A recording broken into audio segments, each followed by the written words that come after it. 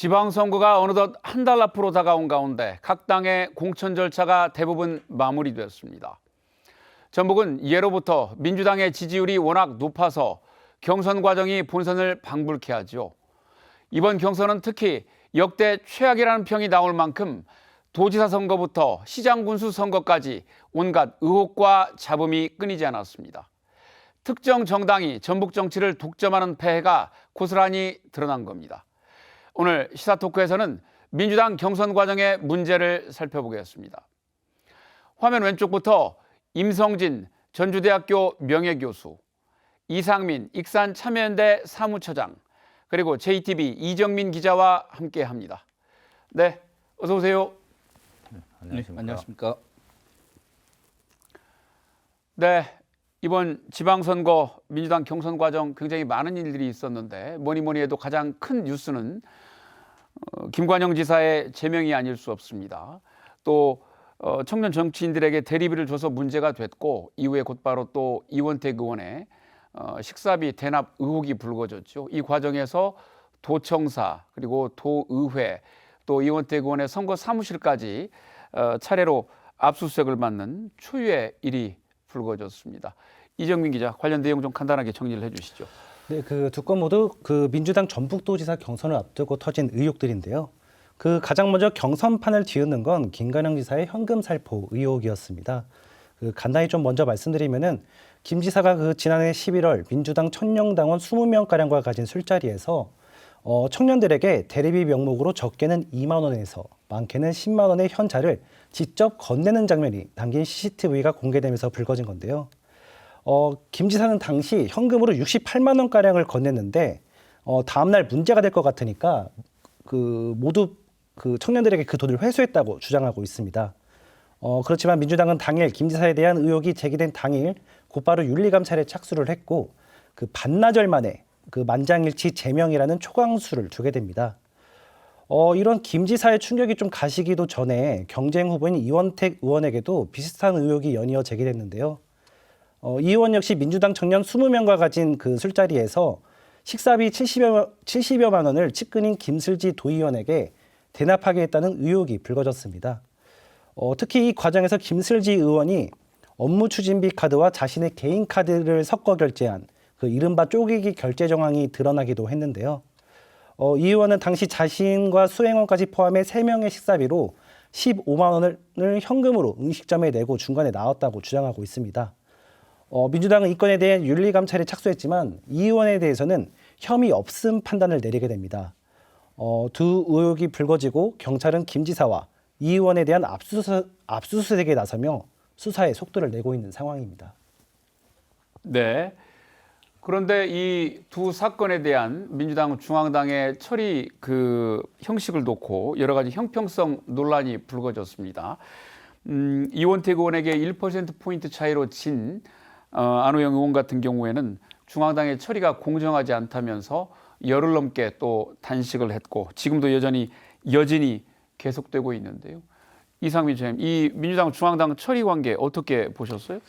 예, 선거는 본질적으로 어떤 정치적 이해관계가 충돌되는 장이기도 하고요. 어떤 사안을 놓고 어떤 정치적 입장에 따라서 거기에 대한 평가는 달라질 수는 있습니다. 사실 이번 두 사안을 놓고 보면 모두가 금품 또 편의 제공이라고 하는 점에서 어떤 동일한 유형이라고 하는 점에서 일단 선거법의 위반에 대한 특별한 사안으로 좀 이야기가 되고 있고요.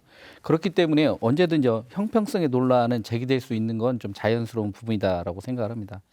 다만 이제 두 사건의 차이는 이게 의혹이냐라고 하는 성격의 차이를 놓고 볼 것인지 아니면 그것을 증명할 수 있는 어떤 증거에 대한 문제이냐라고 하는 거고요. 아무래도 이제 한쪽은 이제 영상이 좀 드러나면서 거기에 대한 직접적인 부분들로 이야기가 되는 거고, 다른 한쪽은 말 그대로 이제 식비 대납에 대한 연관성이 어떻게 되는 거냐라고 하는 것들이 네. 증명이 좀 어려운 사안이다. 이제 이런 측면들의 차이는 있고요. 그렇다고 한다면 이제 중요한 건 뭐냐라고 하면 정당에서 이런 사안들에 대한 판단과 평가의 기준이 무엇이냐라고 하는 문제가 있는 것 같아요. 이제 다른 게 아니라 사실 이제 확인된 증거를 중심으로 볼 거냐, 아니면 행위의 실질적 내용들을 전반을 이렇게 놓고 판단을 할 거냐. 그렇다고 한다면 민주당이 이번에 이런 거의 내용적으로는 유사한 성격인데 어떤 결과에서 이런 차이가 드러난다라고 하는 부분에서 그럼 민주당 어떤 기준인 거냐라고 하는 부분이죠. 그러니까 우리가 거기에 대한 직접적 증거를 확인할 수 없어서라고 하는 어떤 이런 부분들이 전제가 된다라고 한다면 지금 이제 모양새는 그렇게 된 것 같고 네. 하지만 이제 정치라고 하는 게 본질적으로 그 사안의 어떤 동일성이라고 하는 어떤 이런 부분들을까지도 뭔가 들여다 봐야 되는 거 아니냐라고 하는 두 가지 부분들이 충분히 있는 것 같습니다. 결국에 있어서 한쪽에서는 형평성의 문제를 제기하고 또 한편에 있어서는 직접적인 관련이 없기 때문에 예. 이제 그런 문제가 아니라고 하는 이 논란이 발생한 근본적인 이유는 그럼 민주당의 이러한 결정의 기준이 무엇이었냐라고 하는 그 부분에 대한 것들이 명확하게 세워지지 않았기 때문에 그 부분을 동의하는 사람도 있고 그렇지 않은 어떤 이런 부분들의 논란들이 지금까지 계속되는 거 아니냐 좀 이렇게 봐야 될 것 같습니다. 네, 네. 다만 이제 당 내에서도 그 형평성 논란이 계속 이어지다 보니까 이제 정청래 대표와 가까우면 무죄이고 뭐 아니면 유죄다라는 의미로 뭐 친청 무죄, 반청 유죄라는 그런 뒷말도 나오고 있는 것 같습니다. 뭐 이렇게 된 데는 여러 가지 해석이 있을 수 있겠습니다만 임성진 교수님 아무래도 전북 정치가 이제 민주당 중심으로 흘러가다 보니까 그런 것도 좀 영향을 미쳤다고 봐야 되겠죠. 어떻게 해석해야 될까요? 네, 뭐 아무래도 민주당에서 이제 경선에서 후보로 나오면은 곧바로 이제 당선이 되기가 쉽기 때문에 그만큼 많은 이제 논란도 있고 관심도 이제 큰 것 같습니다. 근데 이제 사실은 두 사안이 뭐 김관영 후보와 이원택 후보 두 사안이 비슷한 것처럼 보이는데 굉장히 제가 보기에는 굉장히 큰 차이가 있는 건 분명하거든요. 예. 그러니까 한국의 지역 정치 문화가 가지고 있는 또 이걸 이제 우리 해결할 수 있는 제도적 미비점이 드러낸 점에서는 상당히 공통적이긴 한데 김지사 사건 같은 경우는 어느 한계점을 분명히 넘은 게 명확했고 또 CCTV로 모든 장면이 정확하게 이제 이미 드러나 있는 사실인데다가 또 이게 이제 가방에서 이게 꺼내서 봉투에 주는 행위 이런 것은 어떻게 보면은 우리가 정치에서 이 상징적 정치 수단이거든요. 아주 전형적인 수단입니다. 이게 이제 지지자들 쉽게 그런 여러 가지 이제 간접적 심리적 방법을 통해서 충성도를 높이는 이런 방법인데 그 자체가 이미 정치적 행위이기 때문에 이것을 뭐 다른 방법으로 좀 변명을 하거나 굉장히 어려운 상황이다. 이제 그런 게 있고 그다음에 이원택 후보 같은 경우는 지금 뭐 식사비를 어떻게 대납을 어떻게 했느냐 이제 이런 차원의 문제이기 때문에 이제 둘 다 이제 분명히 잘못된 그런 구조적 측면에서 발생한 문제이지만은 우리가 좀 다르게 접근을 해야 되는 게 맞지 않나. 제가 생각하는 당에서도 여러 가지 이제 그런 것들 고려를 당연히 했을 거라고 생각을 하거든요. 특히 이제 김관영 후보 같은 경우는 지금 특검도 시작을 합니다만 특검에서도 이제 조사를 하고 있습니다만은 여러 가지 우리가 이제 계엄 관련된 문제가 상당히 심각하게 받아들였기 때문에 아마 제가 생각에 두 가지 문제가 겹쳐서 이렇게 빠르게 신속하게 대응을 했다 이렇게 생각이 좀 드는데 동일한 잣대로 보는 것은 좀 문제가 있다. 그리고 이제 차제에 저희들이 좀 물론 이제 당도 그런 것들을 투명하게 공개적으로 좀 이렇게 밝혔으면 좋은데 어떤 기준에서 어떤 내용이 가지고 이렇게 했는가를 사실은 밝히지 않았기 때문에 그런 의혹이라든가 우리가 불신이 더 커지고 있는데 물론 이제 어려운 점도 있겠습니다만은 이걸 단순히 이 뭐 명청 간의 갈등이라든가 대결이라든가 이런 구도로 몰고 가는 것은 누구를 위해서 좋지 않은 그런 정치적인 활용 방법이다. 이렇게 저는 이렇게 생각을 하거든요. 지금 사실은 민주당이 지금 대통령이 당선되면서 대거 이제 이 새로운 세력들을 영입을 한 상태이기 때문에 민주당의 정통성이 굉장히 지금 섞여 있는 이런 상태입니다. 그리고 대통령은 늘 이야기하듯이 청색옷만 좋아한다고 해서 청색 정치가 아니라 모든 색깔이 어우러지는 사실 대통령이 맞는 정책이거든요. 근데 정당은 분명하게 자기 정치적인 색깔이 있어야 되는 거거든요. 근데 그게 항상 이제 폐쇄적이면 안 되겠습니다만은 그러니까 민주당의 정통성을 확 그대로 지켜내고 발전시키면서 이런 새로운 세력들과의 어떤 유연성을 확보하는 거 이게 중요한데 뭐 이걸 마치 그냥 뭐 무슨 뭐 세력 싸움으로만 늘 이렇게 몰고 어떤 일이 생기면은 무조건 이게 이쪽으로 활용하는 것은 지금 대통령을 팔고 있는 굉장히 좋지 않은 이런 정치적 행위이기 때문에 특히 이제 뭐 사당화 된다거나 이런 것들은 내부에서는 그런 논의를 할 수 있어도 외부로 민주당 내에서 자기가 소속된 당을 스스로 무너뜨리는 그런 정치적 행위이기 때문에 이것은 유권자들을 향해서도 시민들을 향해서도 굉장히 좋지 않은 모습이라는 걸 좀 지적을 하고 싶습니다. 네. 그리고 제가 한 가지 좀 지적을 하고 싶은 게 뭐냐면 이번 선거에서 사람들이 다 놓치고 있는 게 뭐냐면은 이번 선거에서는 처음으로 정당원 1인 1표제가 시행이 됐거든요. 예. 과거에는 대의원이 60배, 그다음에 20배 이런 막강한 영향을 행사했기 때문에 사실은 계파들이 전부 이렇게 장악을 했던 지역구는 지역구 의원이 전부 이렇게 그 시의원, 기초의원들까지 전부 이렇게 지명해서 이게 의원을 당선시키는 이런 일인데 이게 그런 구도가 이번에 다 깨졌거든요. 그러니까 실질적으로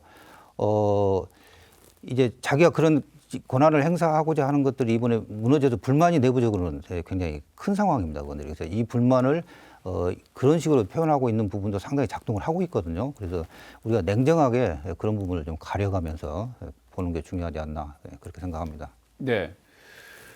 뭐 잠깐 언급이 나왔습니다만 도지사 경선 초기에 이원택 의원은 김관영 지사를 겨냥을 해서 내란 방조 의혹과 관련된 기자회견을 총 6차례 했습니다. 도의회에서 5차례, 국회에 가서 또 한 차례를 했는데 이런 상황에 이어져서 지금 도청의 그 고위 공직자들이 뭐 10여 명이 특검에 가서 조사를 받았고 김관영 지사도 지금 출석해서 조사를 받았죠. 이정미 기자 간단하게 정리를 좀 해주시죠.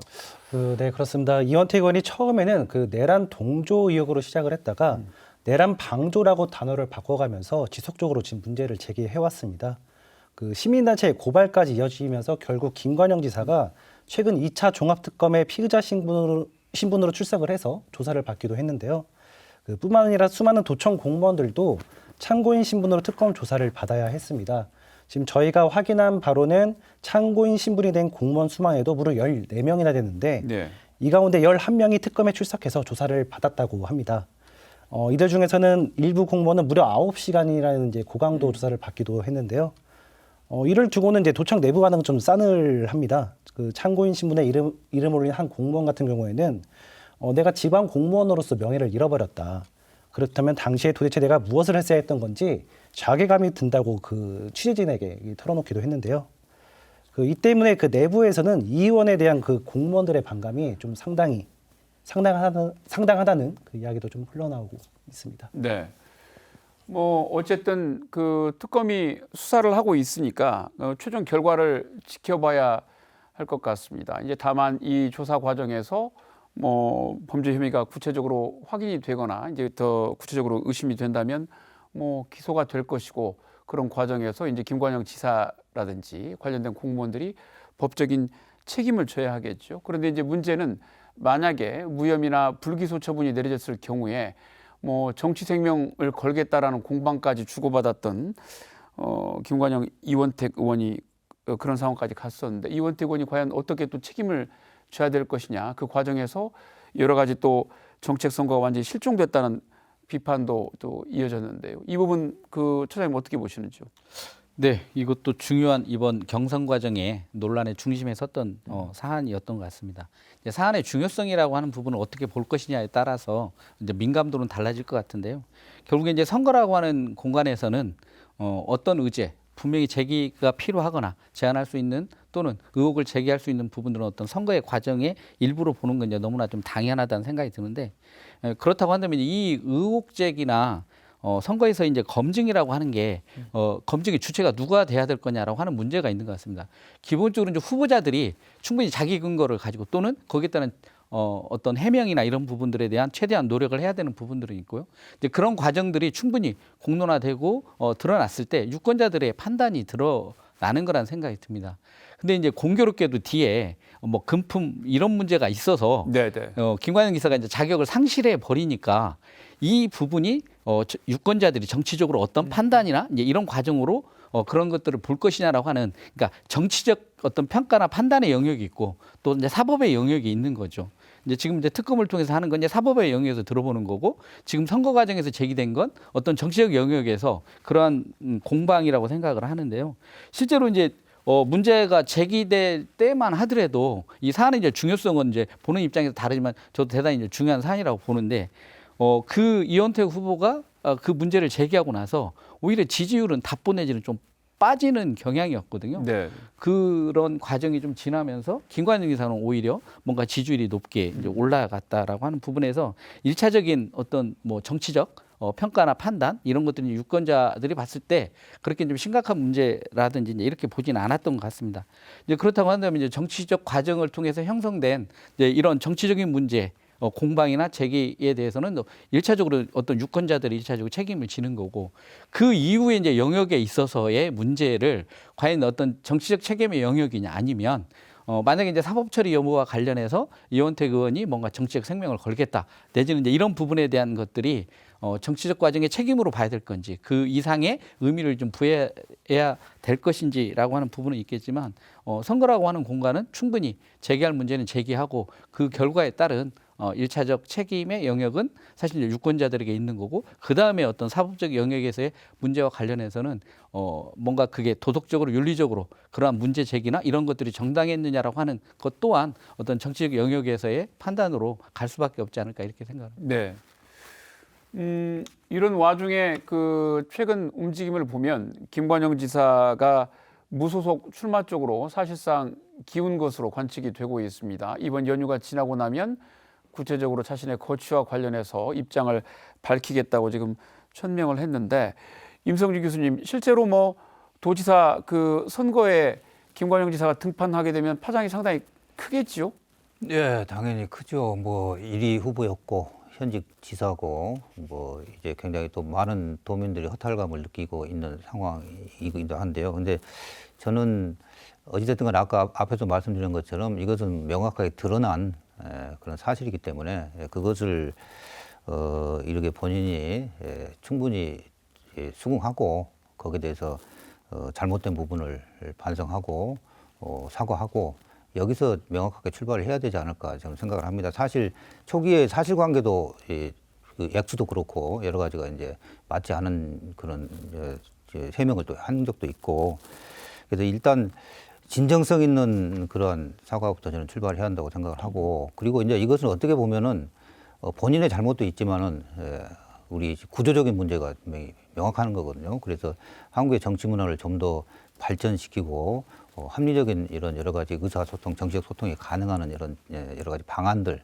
이런 것들을 마련하는데 본인이 좀 더 노력을 많이 해서 그런 것들을 개선하는데 정치적 영향력을 좀 발휘하고 이렇게 된다면은 능력 있는 뭐 정치인이기 때문에 유권자들로부터 다시 여러 가지 지지도 확보하고 당으로부터도 다시 이렇게 활동할 수 있는 이런 기회가 많이 생기지 않을까 생각합니다. 근데 물론 무소속으로 나오는 건 본인의 자유입니다. 자유인데 제가 보기에는 그것에 대한 책임은 대단히 큰 책임을 또 본인이 져야 되기 때문에 어떤 선택을 하든 간에 아까 말씀드린 대로 이 부분에 대한 명확한 사과와 반성으로 출발해서 새로운 정치 문화를 열기 위한 이런 열심히 활동과 같이 이루어졌으면 좋겠습니다. 네, 알겠습니다. 이제 그 시장 군수 경선으로 넘어가 보겠습니다. 이정민 기자, 그 최근에 이제 14개 그 시군의 단체장 그 면면이 모두 다 가려졌지요. 뭐 기초단체장 역시 여러 또 구설수도 있고 잡음도 있었는데 특이사항 좀 정리해 주시죠. 네, 우선 아무래도 가장 관심을 좀 끌었던 곳은 전북의 이제 빅3 선거구라 좀 할 수 있는 전주와 군산, 익산시 단체장이 모두 바뀌게 됐다는 거를 좀 들 수 있을 것 같습니다. 특히 삼선 지원으로 무주공산이 된 익산을 빼면 전주와 군산의 경우에는 현직인 우범기 시장과 강인준 시장이 경선에서 모두 탈락을 하게 됐는데요. 두 시장 모두 임기 동안 나름 굵직한 현안을 좀 추진했음에도 불구하고 뭐 불통 이미지 같은 시민들의 피로감이 좀 상당했고 무엇보다 우범기 시장 같은 경우에는 그 감점 20%라는 페널티를 안고 있었던 게 좀 결정적인 패배의 요인으로 지목되고 있습니다. 좀 더 눈여겨서 볼만한 선거구는 그 군산과 남원시장 결선이기도 했는데요. 두 곳 모두 이제 결선에 오른 후보들의 면면을 좀 살펴보면은 지방의원 출신대 그 중앙정부 출신, 그러니까 정치 신인과의 대결 구도가 좀 형성이 됐습니다. 아무래도 조직력이 약할 것이란 좀 우려에도 그 자신만의 좀 인물론을 앞세워서 군산 같은 경우에는 청와대 춘추관장 출신인 김재준 후보가 김영일 후보를 꺾는 파란을 좀 일으키게 됐고요. 남원에서는 새만금 개발청장을 지낸 양충모 후보가 이정린 후보를 누르고 공천장을 좀 손에 쥐게 됐습니다. 이제 나머지 좀 시군 현황을 좀 살펴보면은 그 이제 김제와 순창 등 9개 시군에서는 그 현역 후보들이 경쟁 후보들을 좀 여유롭게 좀 따돌리고 네. 공천을 받게 됐습니다. 그렇군요.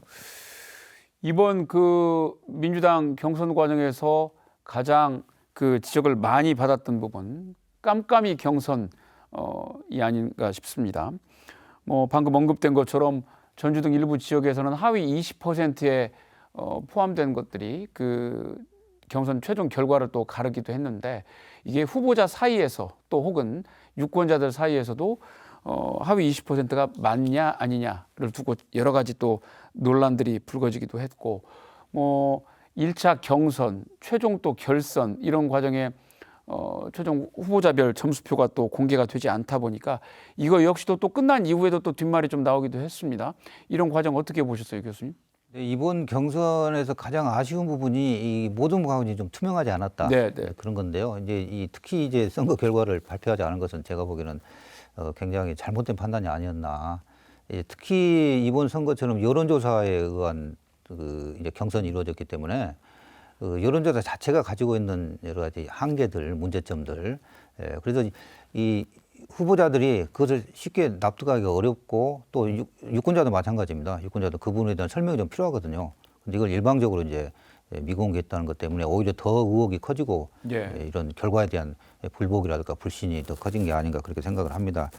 하여튼 이것은 뭐 유권자의 알 권리를 분명히 침해한 것이기도 하고, 또 당원이 이 경선이나 선거를 통해 가지고 그건 의사결정의 한 과정이고, 후보를 선택하는 것도 의사결정의 한 과정이거든요. 근데 이게 어떤 과정을 통해서 어떤 내용으로 어떤 결과라고 이런 분석하기 굉장히 어려운, 그리고 또 여론조사 같은 경우는 가장 큰 문제가 전문가도 여론조사의 여러 가지 문제점들을 제대로 분석하기 어려운 게 네.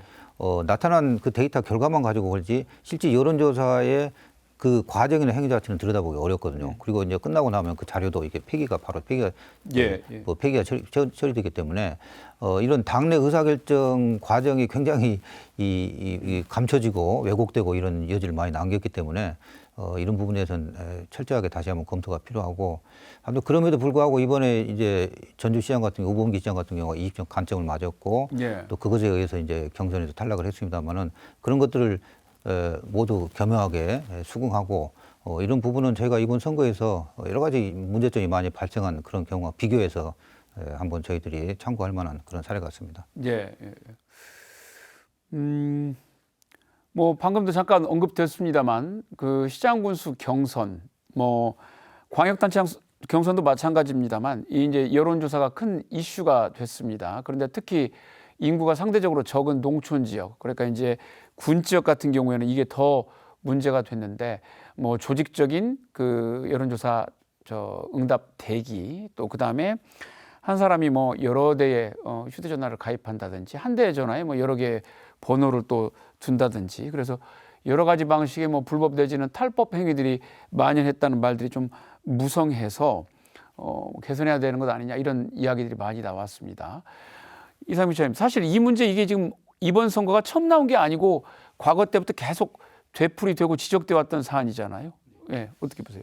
이게 이제 전형적으로 이제 그 선거라고 하는 부분들이 유권자가 선택하기 전에 이게 정당에서 얼마나 우리 정당의 가치나 내용을 잘 승계할 수 있는 네. 이런 사람들은 이제 공천을 하는 게 원칙인데, 이게 이제 어쨌든 인기 투표처럼 이제 돼버린 거죠. 이제 그러면서 정작 중요한 게 무엇이냐라고 놓고 보면 내가 얼마만큼 동원할 수 있는 자원이 있는 거냐. 예, 특히 이제 어떤 조직력, 인지도라고 하는 게 선거에서 가장 중요한 자산으로서의 위치가 더 커진 거죠. 결국에 이제 민주당의 경선 방식이 이제 50대 50입니다. 그렇다고 이제 권리당원은 사실 이제 6개월 전까지 모집을 해야 되니까 예. 권리당원의 모집이라고 하는 부분에 또 후보자들이 다 개입을 합니다. 이제 그렇기 때문에 권리당원을 통해서 변별력을 갖기는 어려워요.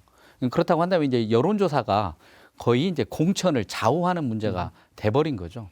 그러면 이제 여론조사가 제도적으로 기본적인 한계는 있는 건데, 그래서 플러스 마이너스 뭐 오차 범위 뭐 이런 얘기가 나오는 거지 않습니까? 근데 여기에 어떤 왜곡이 될 수 있는 조직적 개입이 된다라고 한다면 결국에 이제 여론조사는 전혀 신뢰의 대상이 될 수도 없고 결과를 어떤 특정한 조직적 개입을 통해서 바꿔버릴 수 있는 문제가 되는 건데요.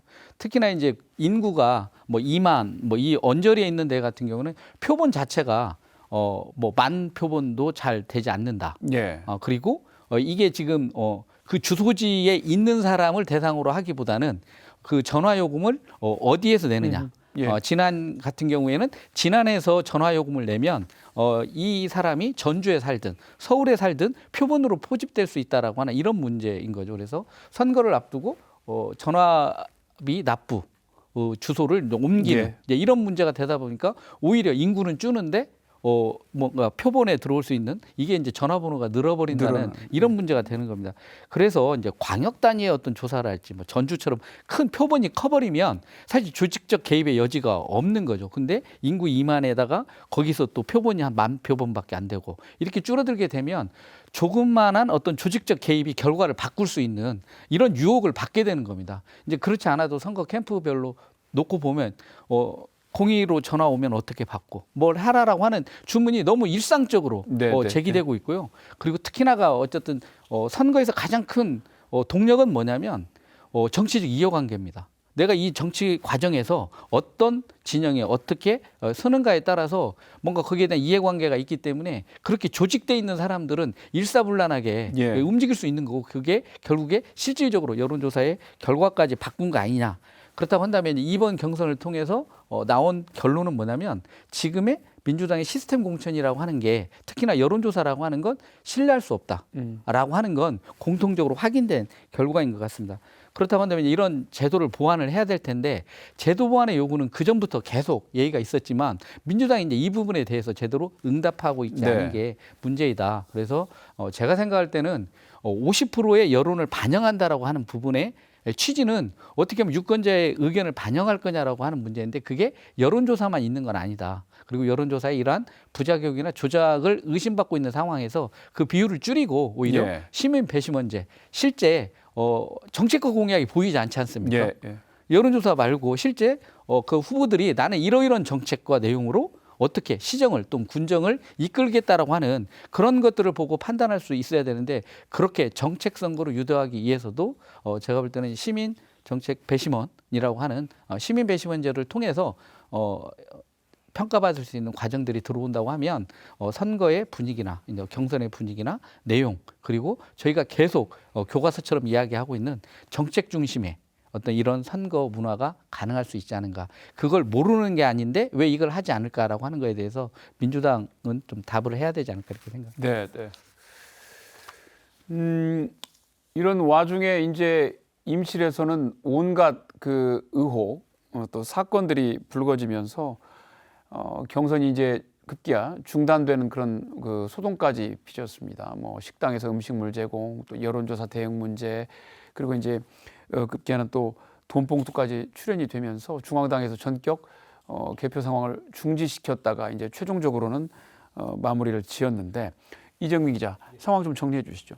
네, 그 이번 임실군수 경선을 좀 한마디로 요약하면은 거의 뭐 혼돈 그 자체였다라고 좀 볼 수 있겠는데요. 네, 그 중에서도 이제 이번 돈봉투 의혹을 좀 간단히 말씀을 드리면은 그 임실군수 결선 투표를 하루 앞둔 지난 19일에 한두수 후보 측의 지지자로 추정되는 인물이 그 지역 주민에게 접근해서 그 현금이 담긴 봉투를 건네는 장면이 CCTV에 포착되며 논란이 크게 좀 일었는데요. 그 결선 투표가 끝난 시점에서 그 민주당 정청래 대표는 개표를 무기한 보류시키고 중앙당 차원의 긴급 조사를 지시했습니다. 이후 중앙당 윤리감찰단의 조사가 진행됐는데 그 결과 해당 의혹이 후보자와 직접적인 관련이 없거나 투표를 무효로 할 만큼의 조직적인 개입으로 보기 어렵다는 결론이 내려졌습니다. 이에 따라서 엿새 만에 그 개표가 이뤄졌고 결과적으로 한득수 후보가 임실군수 공천자로 최종 확정됐습니다. 그렇군요. 임실이 그 가는 특수성이 좀 있죠. 뭐 잘 아시는 것처럼 민선 1, 2, 3, 4기까지를 거치면서 3명의 군수들이 이제 구속된 바가 있고 그래서 전국적으로 이제 오명을 떨치면서 뭐 군수들의 무덤이다라는 그 얘기까지 들었는데 신민군수가 이제 3선을 하고 그만두는 시점에서 또 완전히 과거의 어떤 행태가 또 다시 답습이 되는 거 아닌가 이런 우려가 나오고 있습니다. 처장님 어떻게 보셨어요? 이런 과정들? 이게 지금 개인의 일탈이냐 네. 아니면 어떤 구조적인 문제냐. 예. 이제 물론 개인의 문제는 분명히 있을 텐데 저는 이게 어떤 임실이라고 하는 특수한 지역의 문제가 아니라 좀 구조적인 문제일 네. 거라는 생각이 듭니다. 그러니까 첫 번째로는 이게 어떤 경선 제도 자체가 이게 너무나 어떤 객관적 평가의 영역보다는 앞에서 말씀드렸던 여론조사나 이런 부분들이 조금만 어떻게 한다면 결과를 바꿀 수 있을 만큼 어떤 그런 신뢰성 자체가 무너져 있다는 거고요. 그래서 언제든지 조직적 개입이라고 하는 그런 편법적이고 또는 불법적인 행위가 행위를 통해서 결과를 바꿀 수 있다라고 하는 것들을 예. 노출시키고 있는 거죠. 그렇기 때문에 이 유혹으로부터 자유로울 수 없다라고 하는 거고 결국에 그러한 과정은 사람을 움직여야 되고 이제 이런 사람을 움직인다라고 하는 건 막대한 선거 비용이 발생을 하는 겁니다. 그래서 임실의 이제 그동안의 과정을 놓고 보면 선거 과정의 문제로 해서 어떤 그 비리 선거 과정의 문제로 해서 사법 처리를 받기도 했지만 어떤 그 군정을 운영하면서도 나서는 비리 문제로 해서 사법 처리를 받게 됐거든요. 예. 그럼 그 전반에 있는 것은 이게 중요한 건 어떤 유권자들의 선택이라고 하는 합리적 과정이 중요한 게 아니라 어떻게 하면 내가 어떤 조직과 자금을 이용해서 그러한 어떤 편법적인 방법을 통해서라도 충분히 이게 가능하다라고 하는 어떤 그런 제도적인 미비, 그러니까 제도적인 한계에 의해서 이런 문제가 반복되고 있는 거다. 그게 유난히 어쨌든 임실에서 더 크게 작동을 하고 있다. 이렇게 봐야 될 문제라고 생각합니다. 그래서 결국에 우리가 어떤 선거 문화를 바꾸자라고 하는 거에 있어서 그동안 뭔가 공명선거부터 출발해서 금품, 뭐 이런 조직선거를 통제하기 위한 여러 가지 고민들은 있었지만 아직도 결국에 이제 여론조사라고 하는 그게 예. 그런 어떤 조직선거가 또 선거 브로커가 활동할 수 있는 공간을 열어준 그런 결과였다라고 하는 측면에서 이 부분은 임실의 어떤 특수성이라고 하는 걸로 한정짓기보다는 민주당 공천과 관련된 시스템 공천이라고 하는 게 갖는 구조적 한계가 그 바탕에 있다라고 이렇게 보는 게 맞을 것 같습니다. 네, 네. 교수님, 뭐 앞서도 반복된 얘기입니다만 우리가 지금 민주당 단체장 그 경선 과정이 권리당원 50%, 이제 일반 시민들 그 여론 50%로 하다 보니까 사실은 인지도를 높이기 위해서 또 조직이 가동돼야 되고 조직이 가동되려면 또 돈이 들어가야 되고 이러다 보니까 이제 여러 가지 폐해가 그 안에서 돌고 도는 형태가 되어지고 있는데 지금 이게 사실은 여러 해 동안 계속 되풀이되어 온 문제지 않습니까? 근데 지금 딱히 그 개선책들은 안 나오고 있는데 이런 사안들 어떻게 보시고 만약에 개선의 필요성이 있다면 어떤 형태로 보완을 하는 것이 바람직하다고 보시는지?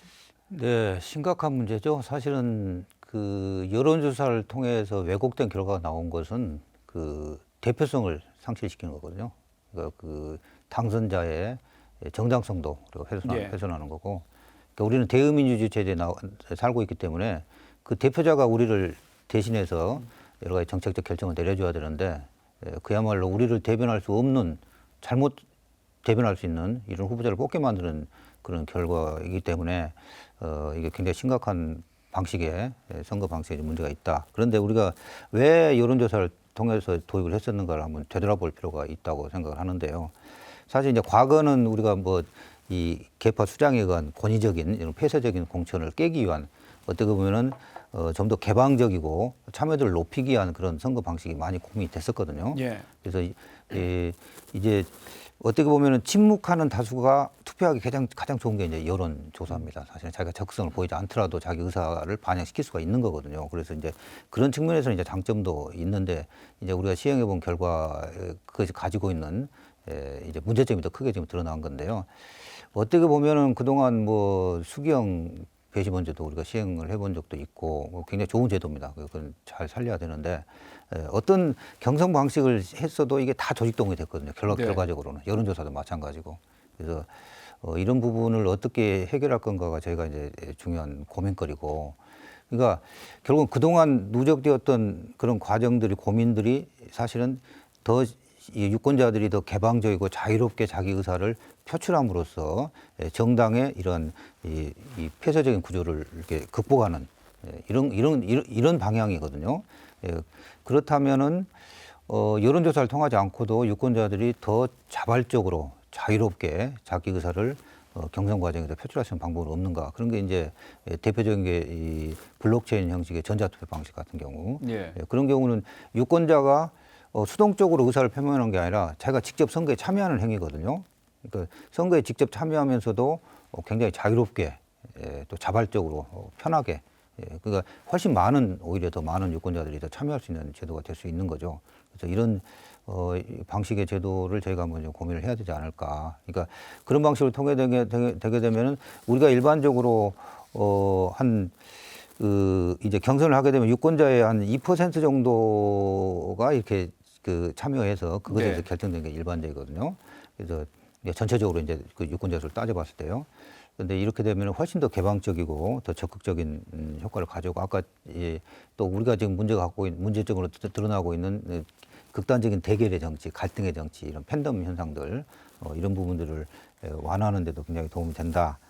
그래서 그런 부분에 대한 검토가 좀 있었으면 좋겠습니다. 알겠습니다. 더불어민주당이 이번에 그 지방선거 내부 그 경선을 진행하면서 16년 만에 이제 후보자들의 합동 연설회를 또 진행을 해서 눈길을 모았습니다. 당원들에게 후보를 직접 소개를 하고 또 정책도 소개하고 현장에서 검증할 수 있는 그런 기회를 제공하겠다라는 취지였죠. 뭐 옛날처럼 운동장에서 한 것은 아니고 이제 온라인을 통해서 그 중계가 됐습니다만 이정민 기자, 뭐 이번에 그 합동 연설회 어떻게 취지를 제대로 좀 살렸습니까? 어떻습니까? 네, 그 이번에 부활한 민주당의 합동 연설에는 그 이번 경선의 좀 큰 특징 중에 하나였다고 볼 수 있겠는데요. 그동안 깜깜이 경선에서 좀 벗어나서 유권자들이 후보들을 직접 검증토록 한다는 좀 취지였는데 우선 좀 긍정적인 부분은 후보 간의 정책 차별화가 어느 정도는 좀 드러났다라는 점입니다. 유권자들 입장에서는 그동안은 좀 확인하기 힘들었던 후보들의 그런 정무적인 감각이나 지역 현안에 대한 통찰력을 확인할 수 있었다 정도로 좀 요약할 수 있겠고요.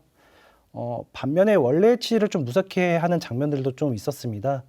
연설의 현장에는 일반 시민보다는 후보자들의 지지자들이 대거 몰려들어서 마치 좀 그 후보만의 그 세를 좀 과시하는 듯한 모습들이 좀 많이 연출이 됐고요.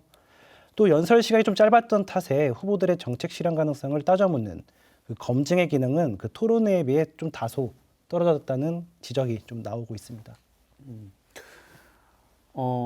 과거에 뭐 16년 전에 합동연설회 할 때도 보면 초중고등학교 운동장에서 이렇게 뭐 관광버스로 동원을 해서 자신이 그 지지하거나 혹은 동원된 그 후보 연설이 끝나면 우르르 또 빠져나가는 그런 촌극들이 벌어지기도 했습니다만 이번에도 또 뭐 그만큼은 아니어도 약간 그런 비슷한 모습들이 좀 있었던 모양이군요. 과거에도 이제 그 민주당은 뭐 전라북도는 그 민주당 정치 독점 현상이 뚜렷했습니다만 최근에 이제 이재명 정부 출범 이후 대통령의 지지율도 상대적으로 높게 쭉 유지가 되고 하다 보니까 이제 야당들의 입지가 굉장히 눈에 띄게 축소된 것이 이번 지방선거의 또 다른 특징이 아닌가 싶습니다. 이러다 보니까 사실은 정당 간의 그 바람직한 정책 경쟁도 조금 실종이 되고 민주당 독점 현상이 더 심화되는 것 아니냐 이런 우려들이 좀 나오고 있습니다. 이게 사실은 뭐 지역 정치만 놓고 보면 그 안에서 또 견제와 균형을 이뤄야 한다라는 그 명분을 실현시키는 데는 상당히 큰 제약 요소가 되는 것 아닌가 하는 그런 우려를 낳고 있기도 한데 전북 정치 그 경쟁을 회복하려면 어떻게 해야 된다고 보시는지 한 말씀씩 주시기 바랍니다. 이정민 기자. 예. 네, 저는 이 부분은 그 전북 정치가 좀 안고 있는 가장 아프면서도 좀 고질적인 문제라고 생각하는데요. 민주당 내부의 공천 시스템이 좀 손질이 좀 필요하다고 보여집니다. 현재 권리당원 중심 투표는 결국 조직 동원력이 승패를 가르는 구조나 좀 다름이 없는데요. 좀 이 부분을 개선하기 위해서는 그 당심이 아닌 민심에 가까운 후보가 선출될 수 있도록 하는 시민 배심원제 같은 장치가 좀 필요할 것 같고요. 또 소수 정당의 진입이 좀 절실한데 이를 위한 중대 선거구제를 전면 확대해서 특정 정당이 의석을 싹쓸이하는 구조를 좀 바꿔야 한다고 저는 그렇게 생각을 좀 합니다. 네, 선생님 어떻게 보셨어요? 이게 가장 근본적인 정치도 경쟁이라고 하는 그 네. 전제가 갖춰지지 않다 보니까 일방 독주가 되는 거고 그 과정 속에서 비효율이 너무 높은 거죠. 과도한 비용은 들어가고 거기에 따른 정치적 결과나 이런 건 만들어내지 못하는 문제가 계속되고 있다. 이제 선거라고 하는 과정을 통해서 인물도 업그레이드되고 정책도 업그레이드되면서 지역의 어떤 비전들이 만들어져야 되는데 정치적 독점이 낳은 결과는 비전도 없고 인물에 대한 업그레이드도 없다라고 하는 것들이 가장 뼈아픈 부분인 것 같습니다. 저희가 이제 이 부분에 대해서 근본적인 건 그러면 다양한 정당들이 전북에 지역에 정치적으로 안착을 해야 되는 문제가 있는 거죠. 물론 이제 진보 정당이나 이런 쪽에서 꾸준하게 노력을 하고 있지만 네. 일정한 부분을 넘고 있지 못하다라고 하는 게 현실인 네. 것 같습니다. 그렇다 한다면 이제 정당이라고 하는 건 기본적으로 어떤 자기 정체성이라고 하는 부분과 함께 지역화돼야 되는 부분들이 있거든요. 그러니까 지역 주민들의 요구라고 하는 것들이 무엇인가라고 하는 부분과 그 정당이 가지고 있는 정책이나 비전이라고 하는 것 속에서 어떻게 수용성을 가질 거냐라고 하는 부분에 있어서 좀 더 많은 노력이 이루어져야 한다라는 생각이 들고요. 두 번째는 이제 그러한 노력들을 지속할 수 있는 어떤 그 장기적이고 지속 가능한 정당들의 활동이 필요한데 보통 저희가 이제 진보 정당을 빼면 제 3의 정당이나 이제 이런 부분들은 어떤 정치적 흐름 속에서 일시적으로 나타났다가 특별한 정체성이나 정책적인 차별성 없이 이제 그렇게 했다가 이제 소멸하는 과정들이 네. 있습니다.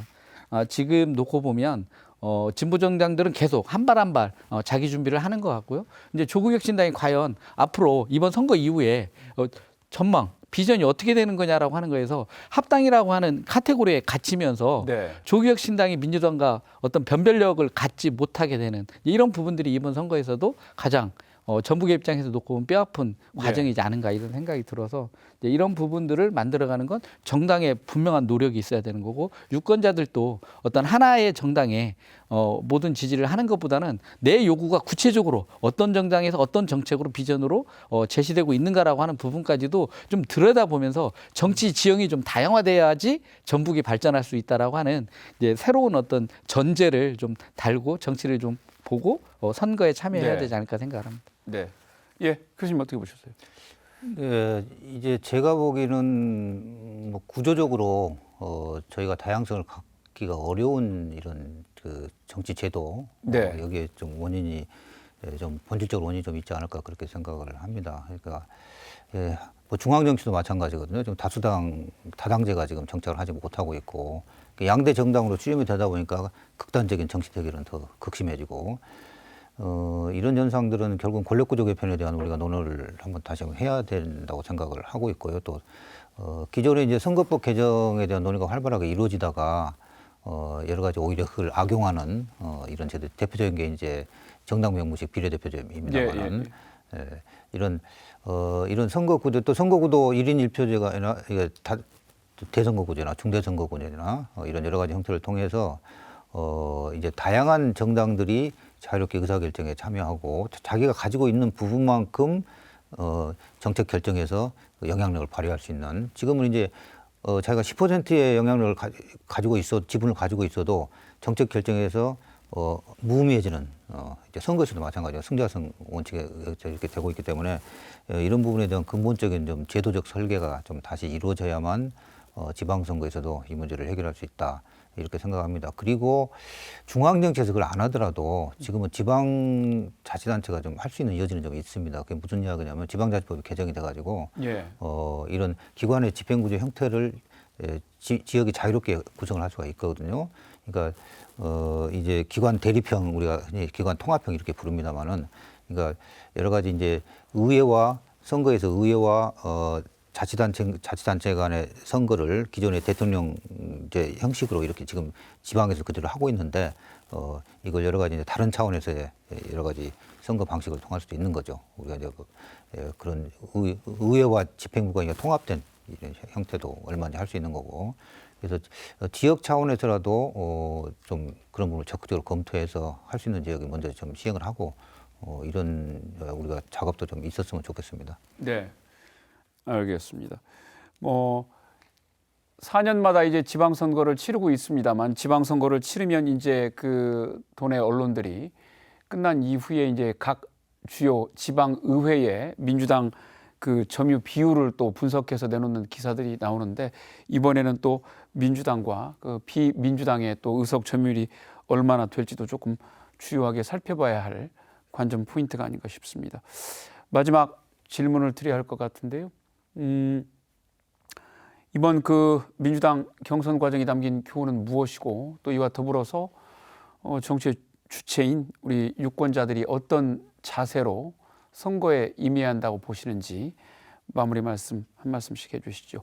예, 교수님부터 부탁드리겠습니다. 예, 저는 개인적으로 이번 선거를 보면서 참 참담한 심정인데요.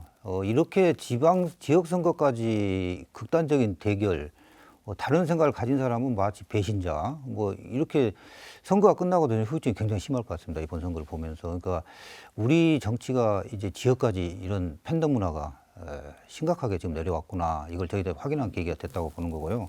그래서 물론 이번에 정치인들도 반성을 해야 될 게 이런 현상을 잘 활용을 하게 되면 굉장히 손쉽게 지지자를 확대할 수 있고 네. 또 충성도를 높일 수 있고 편하죠. 그런데 이것이 낳는 이런 결과들, 어마어마한 결과를 지금 낳고 있거든요. 그러니까 정치 자체가 지금 무너지는, 우리가 이제 정치 실패라고 부르는 현상들이 극단적으로 지금 나타나고 있기 때문에 이렇게 되면은 사회적 합의라는 것은 별 의미가 없어지고 정치 모든 과정도 합의를 통한, 대화를 통한 이제 서로 컨센서스를 통한 이런 정책 결정이 기대하기가 좀 어려워지는 민주주의 이제 위기로 지금 다가오고 있기 때문에 이런 부분에 대해서 냉정하게 돌아보고 또 유권자들도 사실은 적극적인 정치 참여를 하고 견제를 하고 변화를 요구해야만 이게 가능한 거고요. 네. 유권자들이 그런 현상에 이렇게 매몰돼 가지고 앞뒤 가리지 않고 일방적으로 이렇게 지지를 보내고 상대방을 적대시하고 이러기 때문에 또 그걸 정치인들도 이용을 하는 거거든요. 그래서 이런 부분에 대한 제가 검토와 반성이 좀 있었으면 좋겠습니다. 네, 알겠습니다. 예, 저희. 네, 이번 더불어민주당의 이제 경선 과정을 보면서 정말 도민들은 많은 실망을 할 수밖에 없었고요. 특히나 이제 제도의 문제점은 명확한 것 같습니다. 과연 이러한 제도 문제점을 지적하는 것에 대해서 민주당은 어떤 답을 내놓을 건지라고 하는 부분들이 분명히 좀 반영이 돼야 한다 이렇게 생각을 하고요.